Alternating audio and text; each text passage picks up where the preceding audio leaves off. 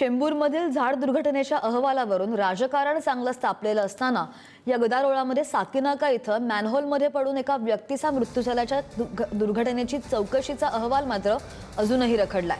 दुर्घटनेला 15 दिवस उलटून गेले तरी सुद्धा अजूनही प्रशासनानं अहवाल जाहीर केलेला नाहीये।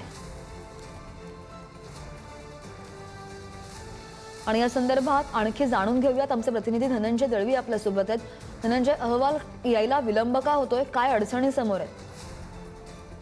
श्रद्धा, आपण जर पाहिलं तर 2 जुलै रोजी ही घटना घडली होती। असलम इसाक शेख या 55 वर्षीय व्यक्तीचा मॅनहोलमध्ये पडून मृत्यू झाला होता। या सगळ्या संदर्भात आता 15 दिवस उलटलेले आहे, मात्र अद्याप जो आहे अहवाल आलेला नाहीये आणि त्यामुळे सध्या या सगळ्या संदर्भातली चर्चा होताना पाहायला मिळते। आपण जर पाहिलं तर एकीकडे झाड पडून मृत्यू झाल्याच्या नंतर जो अहवाल आला होता त्याच्यामुळे सध्या महानगरपालिका चर्चेत असल्याचं पाहायला मिळते त्या अहवालावरून। आणि आता 15 दिवस झाले या सगळ्या संदर्भातला अहवाल अजून आला नाही। या प्रकरणामध्ये आपण जर पाहिलं तर 4 अधिकाऱ्यांचं निलंबन सुद्धा करण्यात आलं होतं, कंत्राटदाराला सुद्धा काळ्या यादीत टाकण्यात आलं होतं। असं सगळं असताना याचा अहवाल अद्याप आलेला नाहीये आणि तो कधीपर्यंत येईल या सगळ्या संदर्भातली माहिती अद्याप देण्यात आली नाही। या सगळ्या घटनेची चौकशी अजून अधिकाऱ्यांकडून सुरू असल्याची माहिती मिळते। या सगळ्या संदर्भातली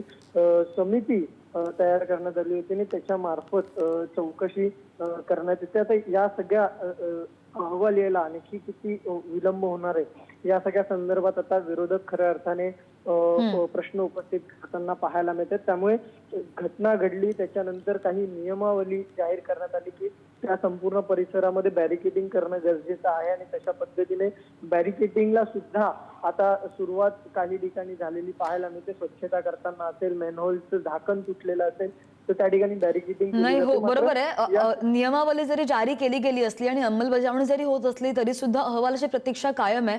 ताजे अपडेट घेत राहू। धन्यवाद दिलेल्या माहितीसाठी धनंजय।